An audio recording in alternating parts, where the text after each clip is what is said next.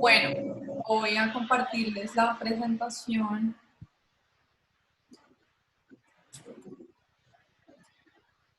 ¿Aquí todos ven? Sí. ¿Sí? Listo, súper. Entonces, la vez pasada hablamos un poco acerca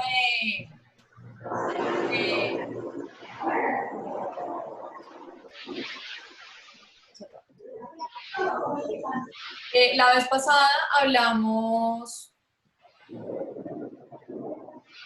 acerca de, creo que quedó una duda frente al tema de la mitad, se me fue la palabra, ¿cómo se llamaba? ¿Alguien se acuerda? Los excluidos, ¿no? Y como la mitad excluyente, ¿cierto? La mitad excluida. La mitad La mitad excluida. excluida, gracias, Jamie.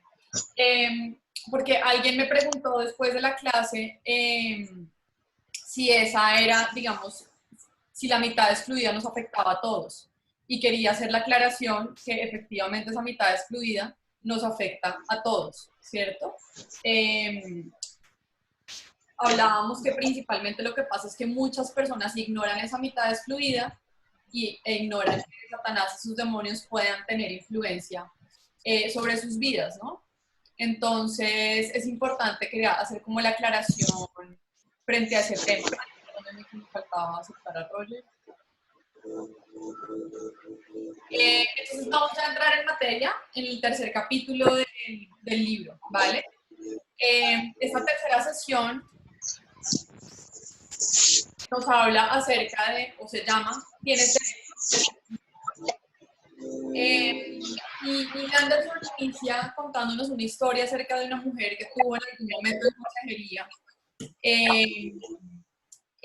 que tenía, digamos, pues que era cristiano, pero tenía problemas para, ¿para qué?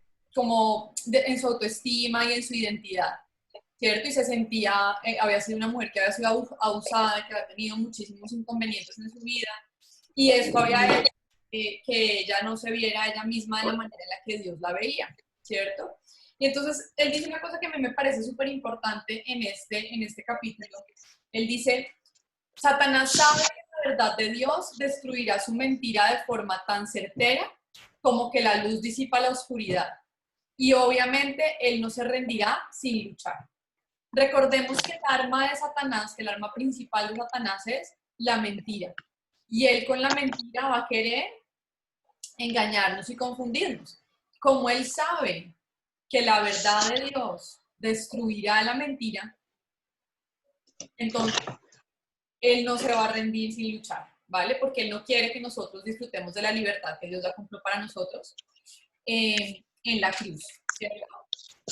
Después de esto, allí los que tienen el libro vivieron, pero él dice que él le entregó a esta mujer que tenía en consejería un listado de cosas frente a su identidad, frente a quién es en Cristo, frente a la seguridad que tenemos en Cristo y frente a que somos importantes para Cristo. Este listado, de hecho, lo hemos trabajado con algunas personas en sanidad interior y pues se los compartiré porque es muy importante poder tenerlo presente. Él contaba que, él cuenta ahí que cuando le dio esta listado a esta mujer para que lo leyera y ella empezó por el primero que era, soy hijo de Dios, no podía leerlo y de repente tuvo como una manifestación espiritual porque Satanás no quería y digamos que tenía su mente tan cegada y tan engañada que ella no podía ni siquiera reconocer que era una hija de Dios. Entonces es muy importante poder tener presente la verdad porque solamente la verdad, como veíamos en las anteriores sesiones, es lo que definitivamente nos hará libres, ¿vale? En el ámbito espiritual. Entonces, lo primero es que necesitamos entender para poder librar esa batalla es que somos hijos de Dios, que eso es una verdad, ¿vale? Entonces, y en ese sentido, entendiendo, ¿cierto? Esto, necesitamos comprender y afirmar y declarar en nuestras vidas para poder obtener libertad espiritual lo que Dios ha hecho por nosotros y quiénes somos como hijos de Dios. Necesitamos tener la perspectiva correcta de quién es Dios y la perspectiva correcta de quiénes somos como sus hijos. Porque cuando tenemos la perspectiva correcta de quiénes somos como sus hijos, pues esas mentiras que Satanás ha traído en nuestras vidas se caen, ¿vale? Y esto es algo que necesitamos transmitir constantemente a la persona que estamos aconsejando. Yo siempre le pregunto a las personas en consejería, ¿tú quién eres? Mucha gente responde de manera automática, soy un hijo de Dios.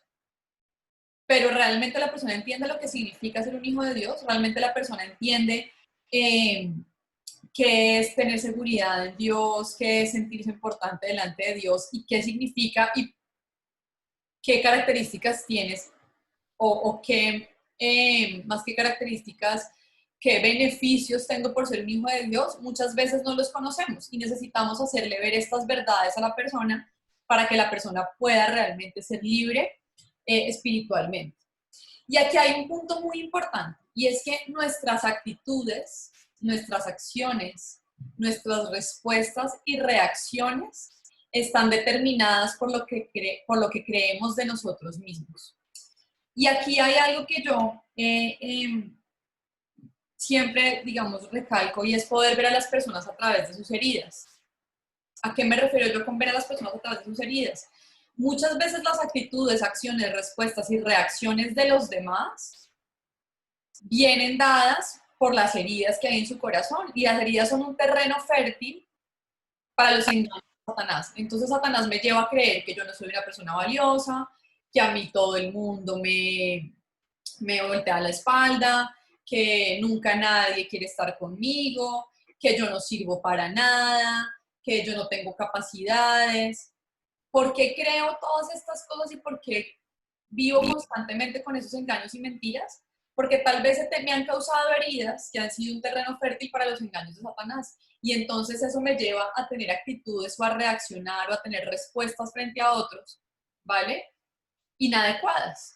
Entonces, por ejemplo, una persona que ha sentido rechazo desde que ha sido pequeña en casa o en el colegio, muchas veces, por ejemplo, llega a la iglesia y entonces, a pesar de llevar mucho tiempo, siente que ya no tiene, que nadie, que va a ser rechazada también en la iglesia. Entonces, como siente que va a ser rechazada, pues se pone como una coraza y no deja que nadie penetre ni nadie pueda conocer a esa persona. Y su respuesta, su actitud y su acción, ¿cierto? Y su reacción viene determinada por lo que cree de sí mismo. Tal vez cree que no es valiosa, tal vez cree que no vale la pena, que no tiene las capacidades, que nunca va a poder hablar con alguien, ¿vale? Y esto es muy importante hacérselo ver a las personas que aconsejamos, porque normalmente cuando una persona pide consejería es porque tiene conflictos con otras personas. Y ahí es importante poder identificar si hay un tipo de conflicto que se repite con una y otra persona, ¿cierto? Entonces, ¿eso qué significa? Pues que esta persona seguramente está viéndose de una manera inadecuada, no se está viendo como un hijo de Dios. Y allí empezamos a identificar, digamos, muchas raíces de lo que la persona o de las conductas de la persona. Y aquí quiero que veamos, vamos a ver solamente los dos últimos versículos. El primero, creo que no lo sabemos de memoria. Juan 1:12 dice, mas a cuantos lo recibieron, a los que creen en su nombre, les dio el derecho de ser hijos de Dios. Entonces, somos hijos de Dios. Si hemos creído y hemos recibido, que son las condiciones que este versículo bíblico nos da, entonces somos hijos de Dios. No debemos dudar de que somos hijos de Dios. Pero vamos a ver lo que dice primera de Juan 3, 1 al 3.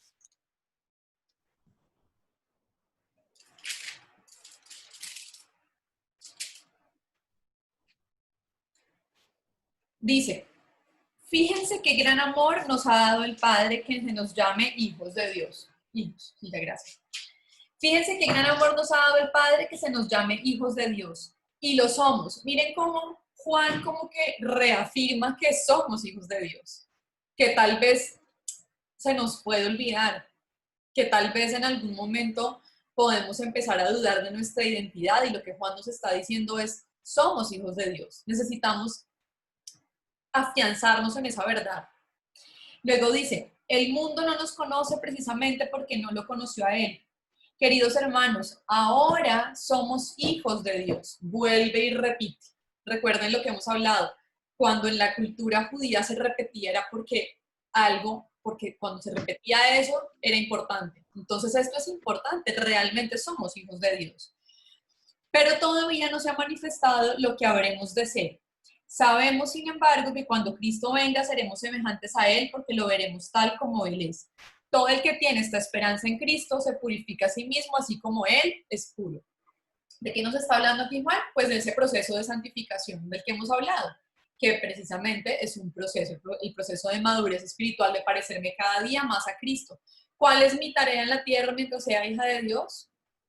Que no voy a dejar de ser hija de Dios, ¿cierto? Pero ¿qué es lo que debo hacer? Parecerme cada día más a Cristo.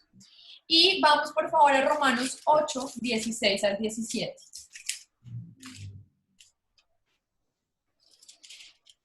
Si quieren, dejen una marquita en Romanos porque vamos a ver muchos versículos de Romanos en esta sesión. Dice Romanos 8, 16. El Espíritu mismo le asegura a nuestro espíritu que somos hijos de Dios. Y si somos hijos, somos herederos, herederos de Dios y coherederos con Cristo. Pues si ahora sufrimos con Él, también tendremos parte con Él en su gloria. Entonces, ¿qué nos está diciendo aquí también el apóstol Pablo? Que el Espíritu, miren que el primer Espíritu aparece con E mayúscula. Nos está diciendo entonces que el Espíritu Santo le asegura a nuestro espíritu que somos hijos de Dios y que si somos hijos somos herederos, ¿cierto? Somos herederos de Dios como Padre y coherederos de Cristo como hermanos en Cristo. Es un constante, la palabra de Dios constantemente nos está recordando que somos hijos de Dios, que si hemos tomado una decisión por Cristo, somos hijos de Dios y es una verdad que necesitamos recordar y recalcar, ¿vale? Y en ese sentido hay algo muy importante y es esto. Eres espiritual y por lo tanto eternamente vivo. Vamos a ver 2 Corintios 4, 16.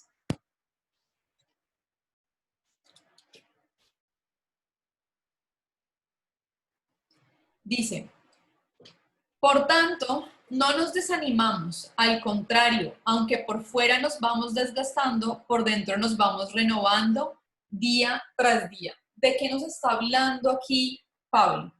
Y nos está hablando de que tenemos un hombre interior y que tenemos un hombre exterior, ¿cierto? Nos está diciendo que por fuera nos vamos desgastando, pero por dentro nos vamos renovando día tras día. Entonces, como lo veíamos cuando hicimos las sesiones de Victoria sobre la oscuridad, hablábamos que el ser humano tiene un área exterior, ¿cierto? O material, que es el cuerpo. Y que también tiene un área interior o inmaterial, que es el alma y el espíritu, ¿vale? Cuando Adán y Eva pecan, ellos quedan espiritualmente muertos, es decir, cuando Dios ha creado a Adán y a Eva, Dios les ha dado vida en el espíritu. Pero la caída trae como consecuencia muerte espiritual. Su cuerpo físico no murió, pero su espíritu sí. Es decir, la relación que Adán y Eva tenían con Dios se quebrantó. Entonces, cuando nacemos, como dice Efesios 2:1, si lo quieren buscar, dice, en otro tiempo ustedes estaban muertos en sus transgresiones y pecados. En otro tiempo, antes, ¿verdad? Antes de recibir a Cristo. Seguro que con Pablo vieron este tema de cómo nuestro espíritu está muerto cuando nacemos, ¿vale? Y cómo al reconciliarnos con Dios, entonces nuestro espíritu vuelve a tener vida, ¿cierto? En el cuerpo estamos físicamente vivos cuando nuestro cuerpo está en unión con nuestra alma y espíritu. ¿Qué determina que una persona esté viva? Que su cuerpo esté en unión con su alma y su espíritu. ¿Qué pasa cuando una persona muere físicamente? Su alma y su espíritu ya no están ahí, ¿cierto? En su cuerpo mortal. Y estamos espiritualmente vivos cuando nuestra alma y espíritu están en unión con Dios. Y esto ocurre a partir de nuestra conversión. El día que nosotros aceptamos a Cristo como nuestro Señor y Salvador, somos hijos de Dios, somos hechos hijos de Dios, y a partir de ese momento entonces tenemos vida en nuestro espíritu, ¿vale? Pasamos de estar Adán a estar en Cristo. ¿Por qué decimos estar en Adán? ¿Qué significa que estamos en Adán? Quiere decir que como como Adán pecó, pues nacemos en pecado, ¿vale? Pero cuando tenemos una conversión, entonces pasamos a estar en Cristo. Y en Cristo tenemos vida eterna. Y aquí hay algo muy importante. Los seres humanos todos somos eternos. Lo que definimos en este mundo es dónde vamos a pasar nuestra eternidad. Cuando somos hijos de Dios, tenemos vida eterna, ¿cierto? Pasamos de estar en Adán a estar en Cristo. Y aquí quiero que veamos primera de Juan 5, versículo 12.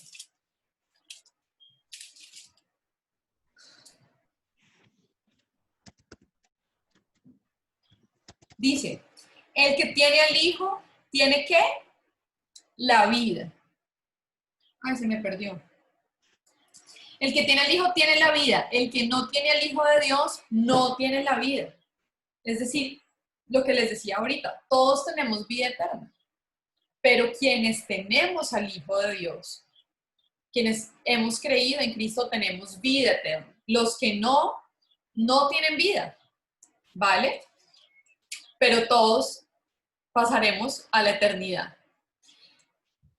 Lo siguiente sobre lo cual Neil Anderson nos habla en este capítulo es acerca de que somos una nueva criatura en Cristo, ¿vale? Él dice, si no conocemos todo lo que significa nuestra identidad y posición en Cristo, entonces pensaremos que la diferencia entre nosotros y un no cristiano es mínima. Si yo solamente creo que ser cristiano es venir a una iglesia, o si yo solamente creo que ser cristiano es portarse bien, pues puede que no tenga mucha diferencia entre alguien que no sea hijo de Dios. Yo necesito conocer todo lo que significa mi identidad y mi posición en Cristo. Y para eso es muy importante poder repasar estos versículos de los que les hablaba que aparecen en el principio de este libro, en donde realmente empezamos a encontrar cuál es nuestra identidad en Cristo, ¿vale? Y cuál es la posición que tenemos en Él. Entonces, antes de Cristo, ¿cierto? Éramos lo que dice Efesios 2, 1 al 3, que ahorita leímos un poquito de ahí, ¿cierto? En otro tiempo, ustedes estaban muertos en sus transgresiones y pecados. Miren que los verbos en este versículo están en pasado. Dice, en los cuales andaban, de nuevo en pasado, conforme a los poderes de este mundo. Se conducían, de nuevo en pasado, según el que gobierna las tinieblas, según el espíritu que ahora ejerce su poder en los que viven en la desobediencia. En ese tiempo, o sea, antes, en su pasado, también todos nosotros vivíamos en el pasado como ellos, impulsados por nuestros deseos pecaminosos, siguiendo nuestra propia voluntad y nuestros propósitos. Como los demás, éramos por naturaleza objeto de la ira de Dios, ¿cierto? Hola Judith, buenas noches. Buenas tardes. ¿Qué Hola. tal? Porfa, chicos, ayúdenme silenciando sus micrófonos. Entonces, miren que todos los verbos ¿Qué problema? de este versículo, esperen, ¿quién está hablando? Bien, ya, el domingo cumple 7 mesecitos. El Roger, tío va creciendo a tope, no te imaginas, Roger, te ¿eh? estamos viendo todos. Bueno, sí, Ay, sí, ¿cómo se hace? sí, ya se sienta, hace palmaditas, digamos, todo lo que le toca por Míralo época, tú. pero lo ves tú y ya me enamora cada día el tierrón este. Configuración de la eso. Silenciar.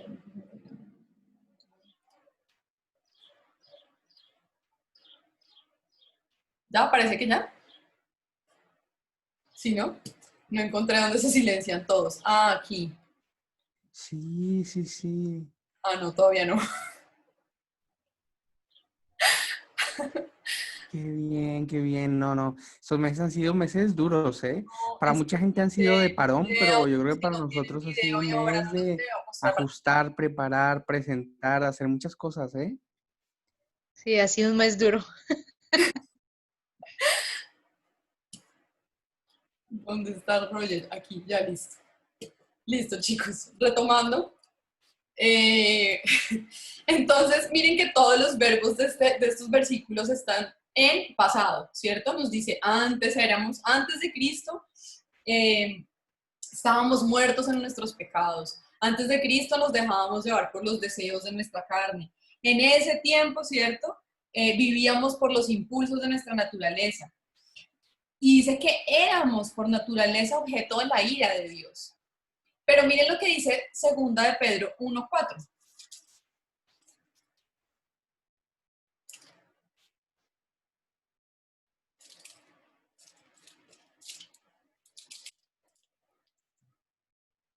Dice, así Dios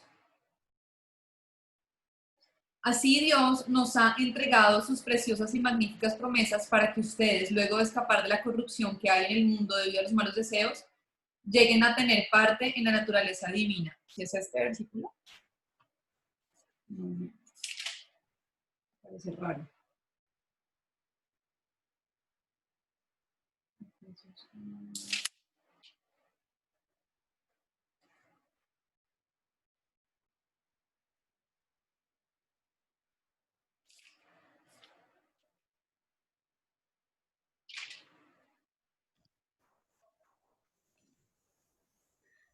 Yo creo que es la primera de Pedro, 1:4.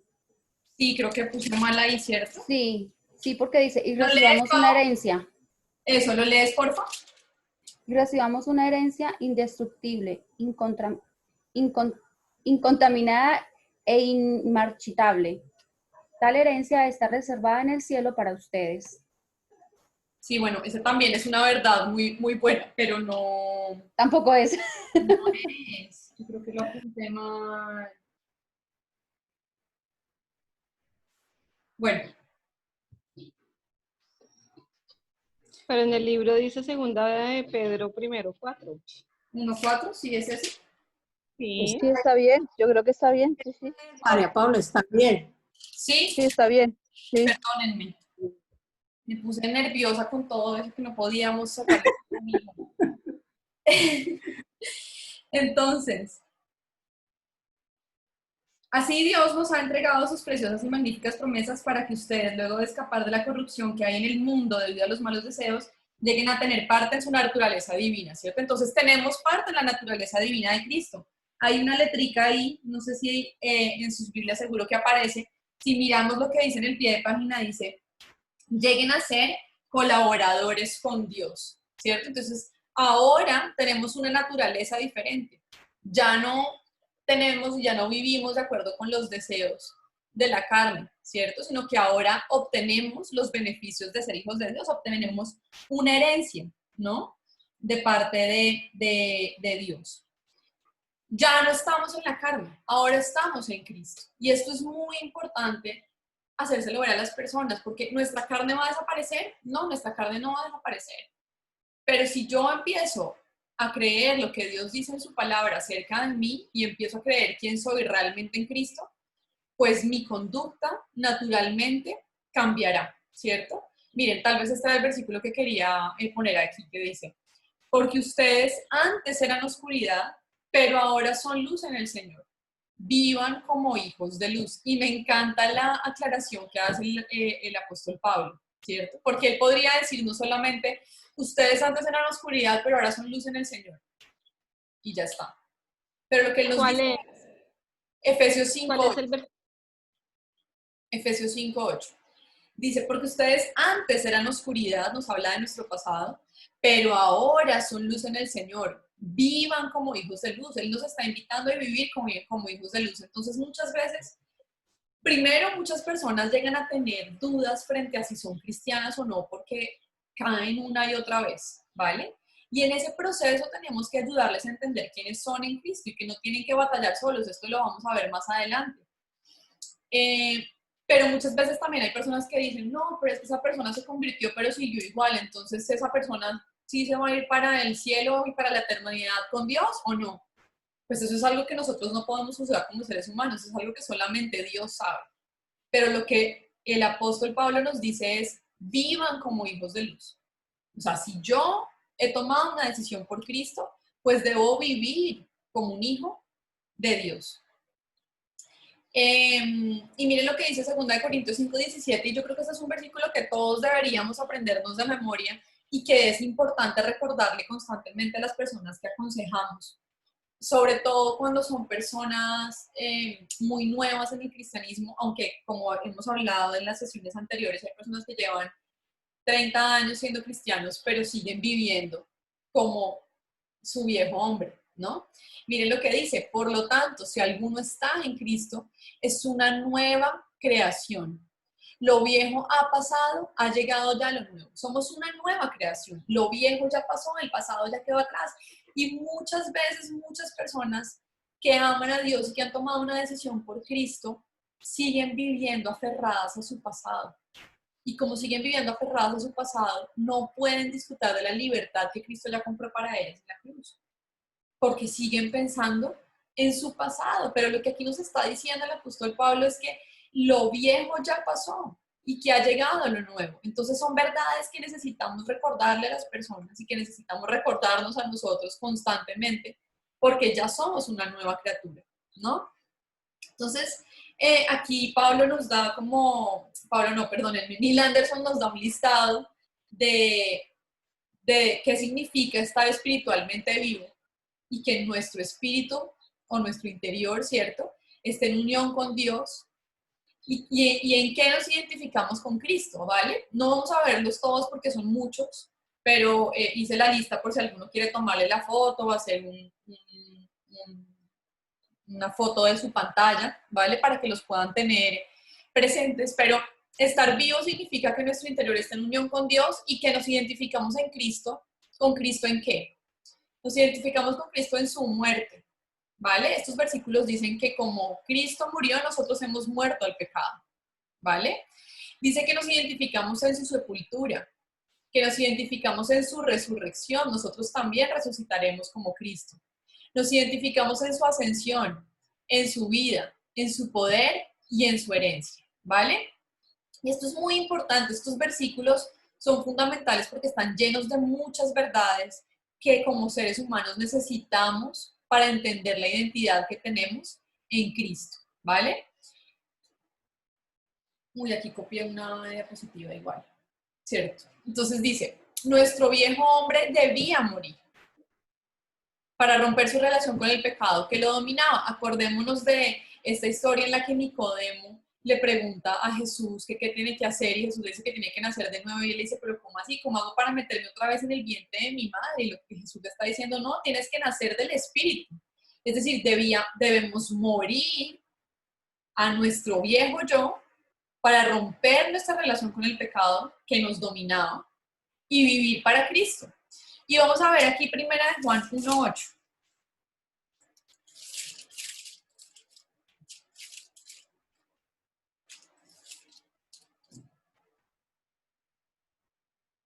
Este versículo es fundamental porque muchos cristianos nos engañamos creyendo que no tenemos pecado, ¿vale? Y hemos hablado de que todos los pecados son iguales delante de Dios, pero muchas veces para nosotros es muy fácil juzgar a los demás, pero no ver el pecado que nosotros mismos tenemos. Y miren lo que dice primera de Juan 1:8 dice, si afirmamos que no tenemos pecado, nos engañamos a nosotros mismos y no tenemos la verdad. Si yo creo que no soy pecador, me estoy engañando a mí misma, porque la realidad es que voy a pecar. El único, que como dice la palabra de Dios, el único bueno es Dios. Y claro, yo he muerto a mi viejo yo, pero eso no quiere decir que yo no vuelva a pecar. ¿Qué pasa? Que cuando peco debo tener un arrepentimiento genuino, y el arrepentimiento genuino requiere que yo le doy la espalda al pecado y camino en otra dirección, ¿vale? Miren lo que dice el versículo 9 ahí mismo en primera de Juan 1. Dice, si confesamos nuestros pecados, Dios que es fiel y justo nos los perdonará y nos limpiará de toda maldad.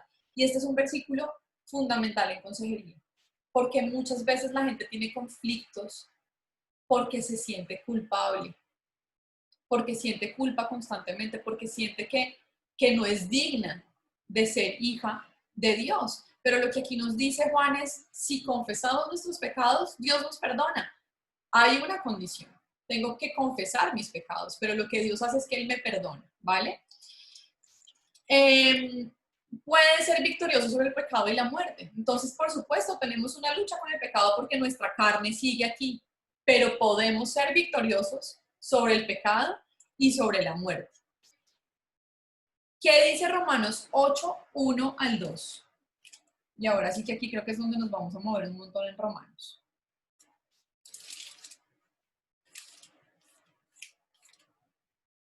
Les dije que dejaran la marquita, pero yo no la puse.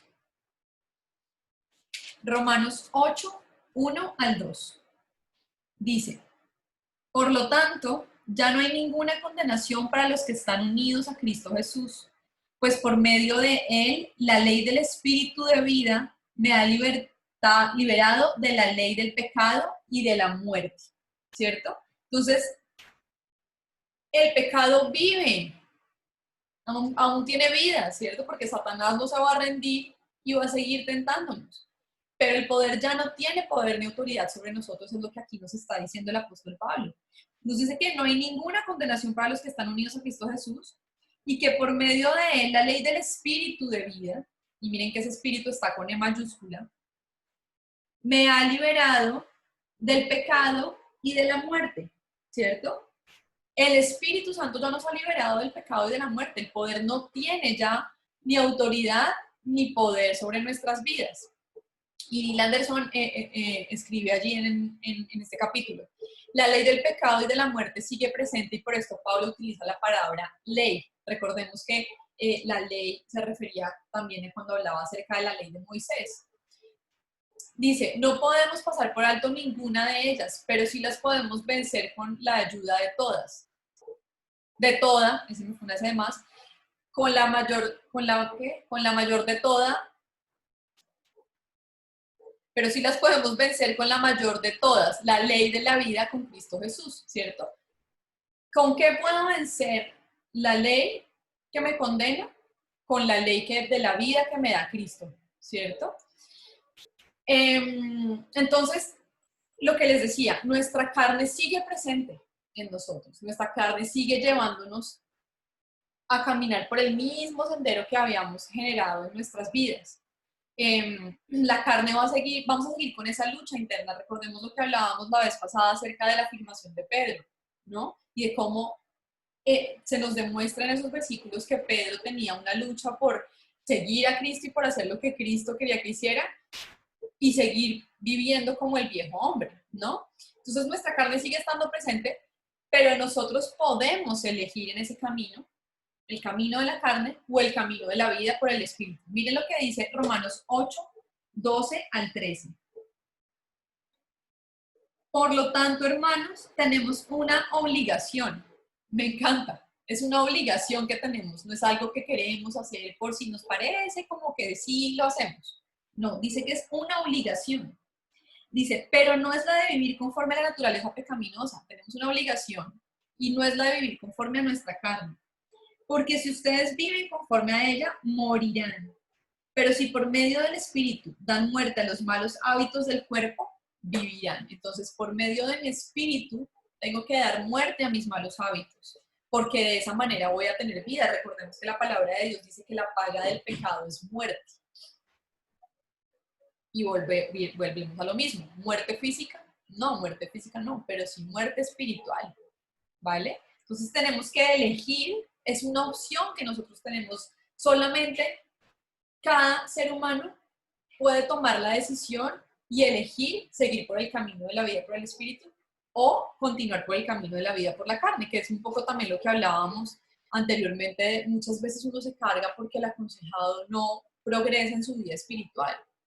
Pero la realidad es que solamente la persona puede escoger, puede elegir ir por el camino de la vida del Espíritu, ¿vale? Y necesitamos entender y hacerle entender a nuestro aconsejado que nuestros pecados ya fueron llevados por Cristo en la cruz. Cristo ya llevó nuestros pecados en la cruz. Y esto lo podemos encontrar en 2 Corintios 5:21.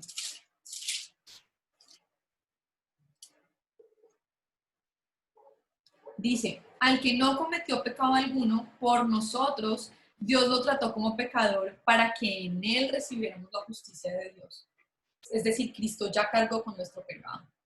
y Él ya lo llevó a la cruz. Entonces no tengo por qué tener condenación. Y aquí hay un tema muy importante y me encanta cómo lo dice Neil Anderson. Él dice que en la Biblia encontramos promesas, que encontramos órdenes y que encontramos verdades. Dice, frente a las promesas, tenemos que apropiarnos de esas promesas, ¿cierto? Frente a las órdenes que tenemos que hacer, frente a las instrucciones que Dios nos da que tenemos que hacer, pues cumplirlas, hacerlas. Y frente a las verdades que tenemos que hacer, apropiarnos de ellas. Creer que son verdad para nuestra vida. Cuando la Biblia nos dice verdades acerca de quiénes somos, lo único que podemos hacer es creerlo. Y esto es algo en lo que nos vamos a encontrar mucho en consejería, ¿no? Y es personas que saben lo que dice la Biblia, que saben lo que la Biblia dice acerca de quiénes somos en Cristo, pero que no lo creen para sus vidas.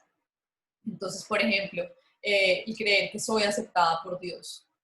Yo sé que esa es una verdad, pero me cuesta creer que sea una verdad en mi vida. Entonces requiero fe. Requiero fe para creer que eso que dice la palabra de Dios es verdad en mi vida. En Romanos 6, del 1 al 10, ¿vale?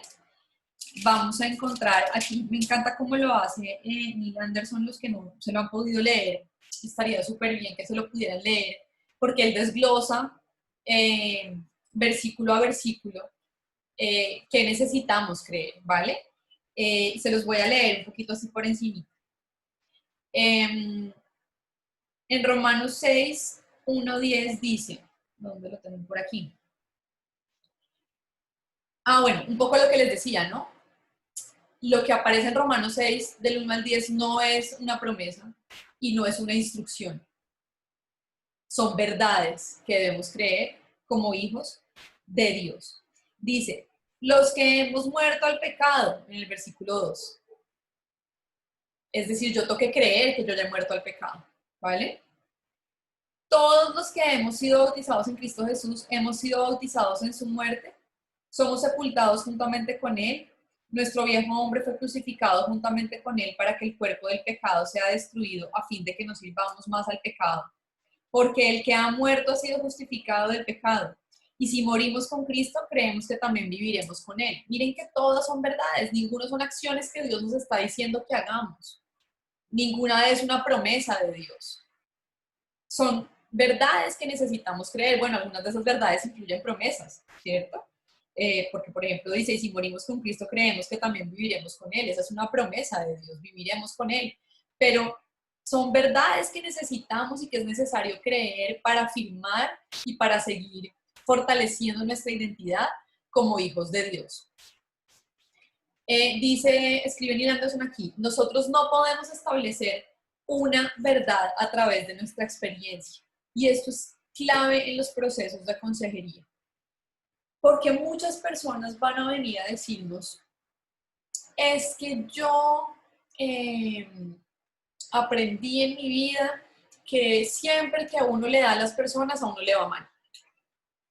Siempre que uno es bueno con la gente, a uno le va mal, por decir algo, ¿sí?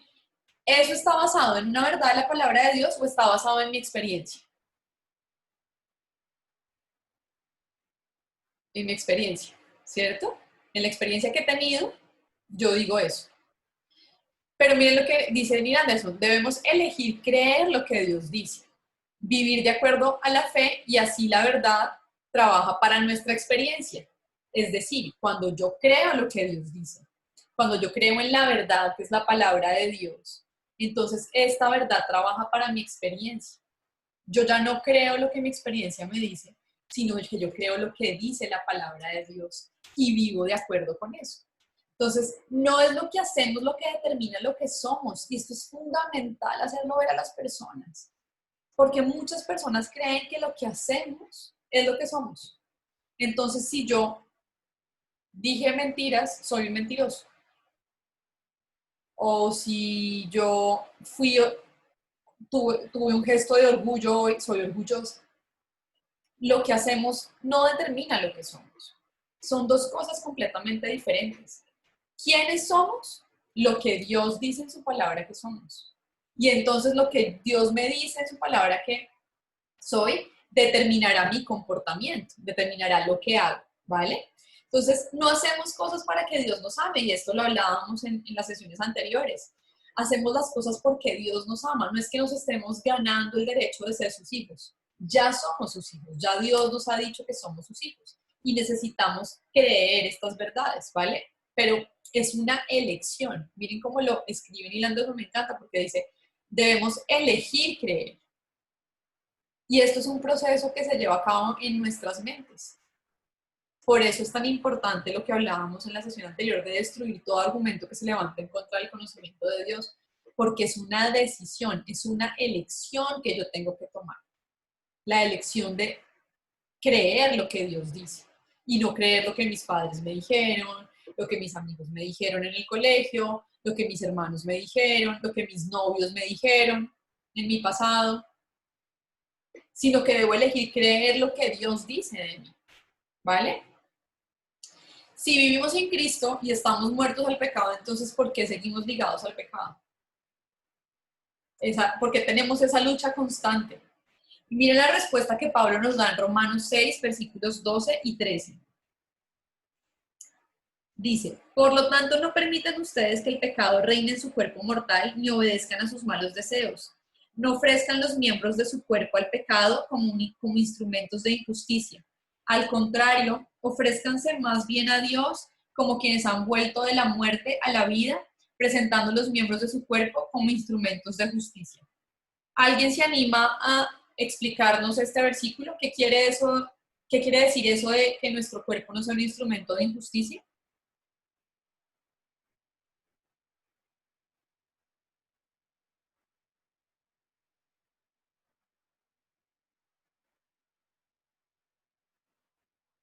¿Nadie? ¿Nadie se anima? ¿Qué quiere decir eso? Yo les hago una recomendación y es algo que a mí me funciona muchísimo cuando leo algo en la Biblia que no entiendo. Porque a veces como que uno lee como que eso de que no ser, que mi cuerpo no sea un instrumento de injusticia, sino que sea un instrumento de justicia, como que eso, ¿qué significa? Y el ejercicio que yo hago muchas veces es que, y que me sirve mucho, es que busco otras versiones de la Biblia que dicen. Miren lo que dice la Nueva Traducción Viviente. Romanos 6, 12 dice, no permitan que el pecado controle la manera en que viven. Es decir, yo no debo dejar que el pecado controle mi manera de vivir. No caigan ante los deseos pecaminosos. No dejen que ninguna parte de su cuerpo se convierta en un instrumento del mal para servir al pecado. ¿Qué significa que yo no dejo que mi cuerpo sea un instrumento de injusticia? Que se convierta en un instrumento del mal para servir al pecado. Dice, en cambio, entréguense completamente a Dios porque antes, de nuevo, ¿no? Recalca un montón esto Pablo, porque antes estaban muertos, pero ahora tienen una nueva vida. Así que usen todo su cuerpo como un instrumento para hacer lo que es correcto para la gloria de Dios. ¿Eso no les parece que es un poco más claro que los instrumentos de ser instrumento de injusticia o instrumento de justicia? Claramente Pablo lo que nos está diciendo aquí es que su cuerpo no sirva al pecado, que su cuerpo no sirva al mal, no se deje controlar de sus deseos pecaminosos, sino que su cuerpo sea un instrumento para hacer lo que glorifica a Dios, lo que agrada a Dios, ¿vale? Entonces, tenemos dos caminos, poner nuestro cuerpo al servicio de Dios o poner nuestro cuerpo al servicio de Satanás. Es una elección personal, ¿vale? Miremos lo que dice Romanos 12, 1.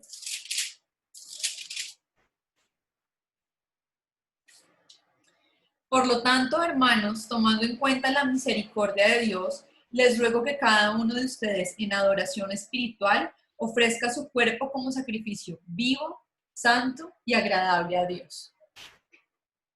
Complementando lo que estábamos diciendo antes, que su cuerpo sea un sacrificio vivo, santo y agradable a Dios. ¿Qué quiere decir eso?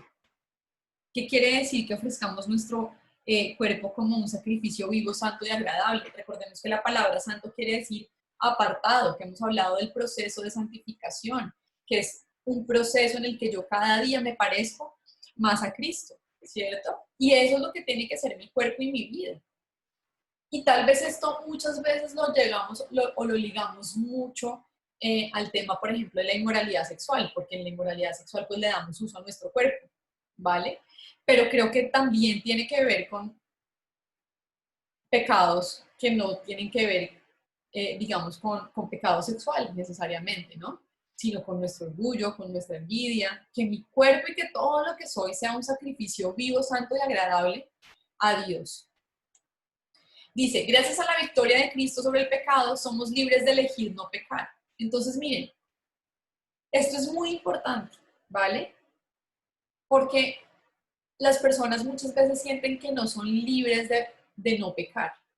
O sea, que no tienen esa lección, que el pecado está como sobre sus vidas y no hay nada que puedan hacer. Pero la realidad es que somos libres para elegir no pecar. Siempre tenemos una vía de escape, siempre tenemos una elección. Es nuestra responsabilidad personal no dejar que el pecado reine sobre nuestros cuerpos mortales. Es mi responsabilidad personal, no es la responsabilidad de nadie más. No es la responsabilidad del pastor, ni del consejero, ni del líder del grupo pequeño. La responsabilidad es personal. Yo tengo que tomar la decisión de no pecar. Y para finalizar, Neil Anderson nos habla un poco acerca de que podemos ser liberados del poder del pecado y nos pone como un ejemplo, ¿cierto?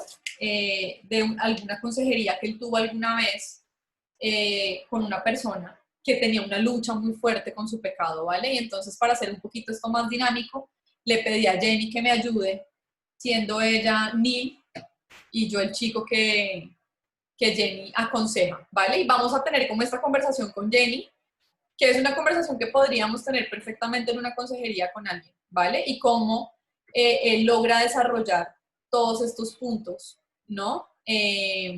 Acerca de los versículos que hemos venido leyendo, ¿vale? Entonces, si quieres, Jenny, dale. Sí, empiezo. Sí, solo como recomendación vamos a estar ahí en Romanos 8, a partir del versículo 15, entre el 15 y el 27, pues si lo quieren tener a mano también por seguirlo. Entonces empiezo. El chico que vamos a aconsejar se llama Dan. Dan, leamos un pasaje de las Escrituras Disculpa, que Jenny. describe... Sí, ¿Es Romanos 8 o Romanos 7? 8. Romanos 8. No, perdón, Romanos 7, sí tienes razón. 7, del 15 al 27. Sí. Sí, tienes razón, gracias, Marcia. Vale, entonces empecemos. Dan, leamos un pasaje de las Escrituras que describe lo que está pasando. Romanos 7:15. No entiendo lo que me pasa, pues no hago lo que quiero, sino lo que aborrezco. Dan. Luego dirías que este versículo te describe a ti mismo, Dan. Exactamente. Quiero hacer lo que Dios dice que es correcto, pero a veces me encuentro haciendo justamente lo contrario. Probablemente también te vas a identificar con el versículo 16. Ahora bien, si hago lo que no quiero, estoy de acuerdo en que la ley es buena. ¿Cuántas personalidades o actores se mencionan en este versículo? Hay solamente una persona, claramente soy yo. Es sumamente frustrante cuando sabemos que queremos hacer, pero por alguna razón no podemos hacerlo. ¿Cuántas veces has tratado de resolver este problema en tu mente? Incluso muchas veces me he preguntado si realmente soy un cristiano, porque parece que a algunos les resulta, pero no a mí. También me he preguntado si es posible vivir una vida cristiana real o si Dios realmente está aquí conmigo. Si tú y Dios fueran los únicos los únicos en este escenario, ¿habría alguna razón para que culpes a Dios o a ti mismo de tu problema? Ahora fíjate en el versículo 17. Pero en ese caso, ya no soy yo quien lo lleva a cabo, sino el pecado que habita en mí. ¿Cuántos personajes hay ahora? Aparentemente hay dos, pero no entiendo. Leamos el versículo 18 y veamos si podemos aclararlo. Yo sé que en mí, es decir, en mi naturaleza pecaminosa, nada bueno habita, Aunque deseo hacer lo bueno, no soy capaz de hacerlo. Hace tiempo ya había aprendido este versículo. Es fácil aceptar el hecho de que yo soy una persona buena. No es esto lo que quiere decir Dan, en realidad dice lo contrario. Todo lo que mora en mí no soy yo. Si tuviera una astilla de madera en mi dedo, no tendría nada bueno morando en mí. Pero lo nada bueno no es tan solo mi carne, aunque mora en ella. Si nos vemos a nosotros mismos, solo en esta lucha sería muy difícil vivir correctamente. Estos pasajes nos revelan que existe otra parte actuando en nuestra lucha que es naturalmente diferente a nosotros. Verás, Dan, tú y yo nacimos físicamente bajo la condena del pecado y sabemos que Satanás y sus emisarios siempre trabajan para mantenernos bajo ella. Cuando Dios nos salvó, Satanás perdió la batalla, pero nos enroscó su cola, no, pero no enroscó su cola ni quitó sus colmillos. Él está decidido a mantenernos bajo su sometimiento del pecado. También sabemos que va a trabajar a través de la carne, la que permanece después de nuestra salvación. Leamos para profundizar más acerca de esta batalla. Versículos 19, 20 y 21. De hecho, no hago el bien que quiero, sino el mal que no quiero. Y si hago lo que no quiero, ya no soy yo quien lo hace, sino el pecado que habita en mí. Así que descubro esta ley, que cuando quiero hacer el bien, me acompaña el mal. Dan, ¿podrías identificar en esos pasajes la naturaleza de ese nada bueno que no nos hace bien? Seguramente el diablo y el pecado, pero cuando peco y me siento tan culpable, ¿no es solo mi propio pecado? No hay duda de que eres tú y tu pecado, pero nosotros no somos pecado como tal. El maligno está presente en nosotros, pero nosotros no somos el maligno. Esta no es una excusa para nuestro pecado, sin embargo, Pablo escribe que es nuestra propia responsabilidad no permitir que el pecado gobierne nuestro cuerpo mortal. Recordemos Romanos 6:12. Por lo tanto, no permitan ustedes que el pecado reine en su cuerpo mortal ni obedezcan a los malos deseos. ¿Alguna vez te has sentido tan frustrado que no quieres golpear que solo quieres golpear a alguien o a ti mismo? Casi a diario. Pero cuando te deprimes, ¿aún tienes pensamientos que se alinean con lo que eres en Cristo? Siempre, y entonces me siento muy mal acerca de los golpes. El versículo 22 explica este ciclo. Porque en lo íntimo de mi ser me deleito en la ley de Dios, pero me doy cuenta que en los miembros de mi cuerpo hay otra ley, que es la ley del pecado. Esta ley lucha contra la ley de mi mente y me tiene cautivo. Cuando dudamos de quiénes somos en Cristo, el Espíritu Santo nos da convicción de forma inmediata que estamos en unión con Dios, lo que a menudo nosotros olvidamos, pero luego nuestra verdadera naturaleza se expresa nuevamente en desventaja con Dios. Es como cuando la esposa frustrada anuncia que quiere dejar a su esposo y que este hombre no le importaba nada. Después de que ella conoce su dolor y sus emociones, suavemente dice, realmente lo amo y no quiero divorciarme, pero ya no veo otra salida. Esa es su personalidad interior, su verdadero yo que se expresa. El versículo 23 describe la naturaleza de esa batalla con el pecado. Dice, pero me doy cuenta de que los miembros de mi cuerpo hay otra ley que es la ley del pecado. Dan, según este pasaje, ¿dónde se está librando esa batalla? En mi mente.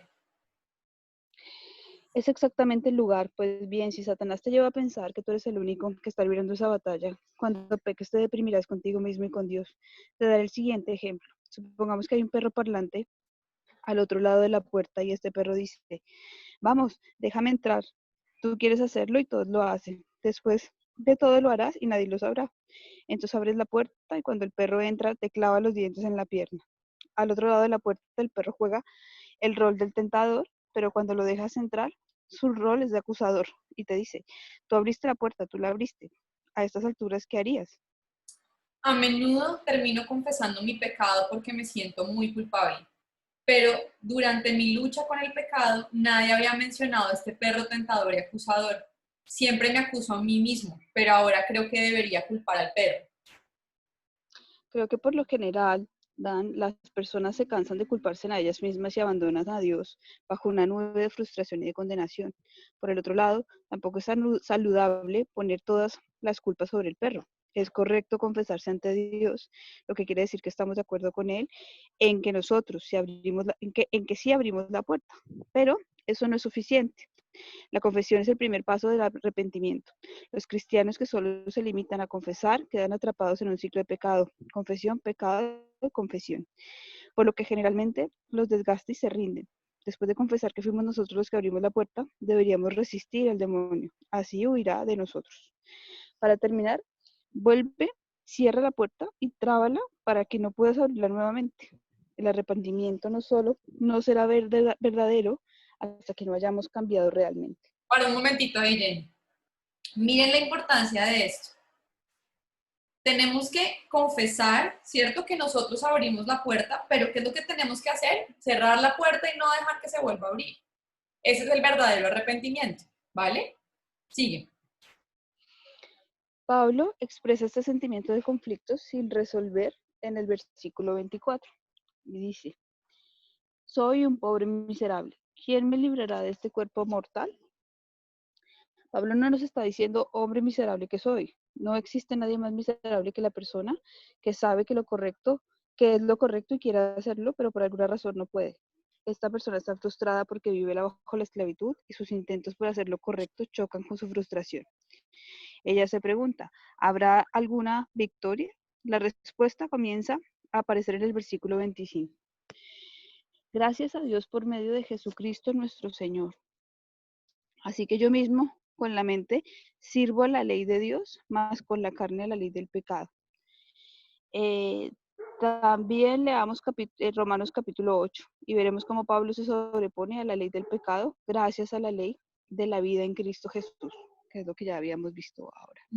Creo que ya entiendo. Me he sentido culpable por mi incapacidad de vivir una vida cristiana sin entender realmente cómo vivirla. He tratado de superar este pecado por mí mismo y nunca había entendido que la batalla está en la mente. Ahora estás en lo correcto.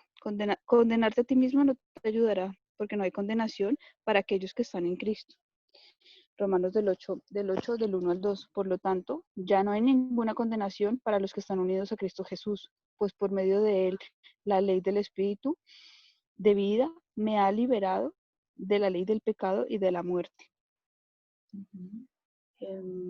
Veamos si podemos resolver tu problema con un arrepentimiento verdadero y fe en Dios. Si me dejas, quisiera guiarte en los pasos para la libertad en Cristo. Quiero que hablemos de cómo ganar la batalla de tu mente y descubrir cómo aprender a caminar en fe por el poder del Espíritu Santo. Así no tendrás que llevar a cuestas el deseo de la carne. Entonces, gracias, Jenny. Un aplauso. Entonces, miren cómo la verdad termina abriendo los ojos de este hombre, ¿vale? Este hombre tiene una lucha muy grande con su pecado y siente que está en un ciclo del que no puede salir. Y hay algo que a mí me encanta de esta porción de la Biblia y lo que Pablo dice, porque creo que todos nos sentimos identificados con él. Me encanta porque él nos hace ver que es una lucha que no es ajena a nadie, que todos tenemos la misma lucha, que todos estamos en ese correr tras hacer lo que queremos, pero terminar haciendo lo que no queremos, ¿vale? Y me encanta porque como que en esta conversación Neil Anderson logra demostrarle con lo que dice la palabra de Dios la verdad a este chico, ¿cierto? Miren que de hecho hay un momento de la conversación en el que él le dice, sí, ese versículo me lo sabía, me lo había aprendido, pero realmente no lo había entendido. Y por eso necesitamos, y es muy importante poder llevar a las personas a entender lo que significa lo que creemos. Si yo no entiendo lo que significa lo que yo creo, pues difícilmente voy a poder vivir de acuerdo con eso. Y lo que va a pasar es que voy a vivir bajo la culpa, bajo digamos, la acusación de Satanás. Me encanta el ejemplo que él da del perro, ¿no? El que viene y me muerde y me acusa y me dice, pero tú fuiste el que abriste la puerta. ¿Quién es? Satanás. Y miren que muchas veces la gente en consejería viene y me dice, no, es que yo creo que a mí me está yendo así de mal porque es que Dios me está castigando porque yo hice tal cosa. Yo siempre les digo, Dios no trae culpa a nuestras vidas, porque Dios dice en su palabra que si confesamos nuestros pecados, Él nos perdona y nos limpia de toda maldad. Entonces, el que trae culpa a nuestras vidas no es Dios, el que trae culpa es ese perro, es Satanás, que me dice, pero tú abriste la puerta, tú fuiste el que tomaste la decisión, porque al final la decisión de quién es, nuestra. Y hay una ilustración que Neil Anderson hace en este capítulo. Él dice que es como cuando, por ejemplo, lo que él dice es que el pastor viene y me pide mi coche prestado para llevar mercados a personas en necesidad, para llevarle la compra a personas en necesidad, ¿cierto? Y después viene alguien y me dice que si le presto mi coche para vender drogas. Pues claramente, o sea, yo puedo elegir prestarle el carro a la persona para que vaya a vender drogas. Es mi elección. Si yo le presto a esa persona mi coche para vender drogas o si digo no, a eso no. Y lo mismo pasa con nuestro cuerpo. Entonces, la decisión en quién está, en nosotros, ¿vale? Pero aquí es muy importante recalcar todos estos versículos acerca de que ya no hay condenación, de que Dios no es quien trae culpa a nuestras vidas, que somos aceptados, que somos perdonados, que cuál es la herencia que tenemos en Cristo, porque al final esa es la identidad que tenemos en Cristo. Entonces yo les voy a enviar ese listado de versículos para que ustedes los puedan repasar, para que los puedan leer, para que puedan memorizar lo que sientan que también sirve a sus vidas personales, porque creo que lo más importante de este proceso es crecer nosotros a nivel personal, ¿no? Entonces, básicamente, eso era lo que quería que habláramos hoy, ¿no? La importancia de creer la verdad, ¿vale? La vida cristiana se vive con base en la fe, en lo que creemos que es verdad. Y es a lo que tenemos que llevar a las personas. Tal vez las personas, como les decía, y tal vez a muchos de nosotros nos cuesta creer muchas de las verdades que están en la palabra de Dios. Y por eso necesitamos quitarnos la venda y abrir los ojos ante la verdad y decir, tal vez yo estaba pensando esto acerca de mí y esto que yo estaba pensando acerca de mí no es cierto. Yo necesito creer y ver lo que dice la palabra de Dios y vivirlo en mi vida, tener fe en eso que dice la palabra de Dios. ¿Vale? Con esto terminamos. Perdónenme todos los líos que tuvimos al principio. Sé que nos alargamos 10 minuticos. Pues también por esa razón. No sé si alguno tiene alguna pregunta, comentario, algo que nos quiera compartir. ¿Nadie? ¿Dudas? ¿Reclamos? ¿Quejas? Bueno.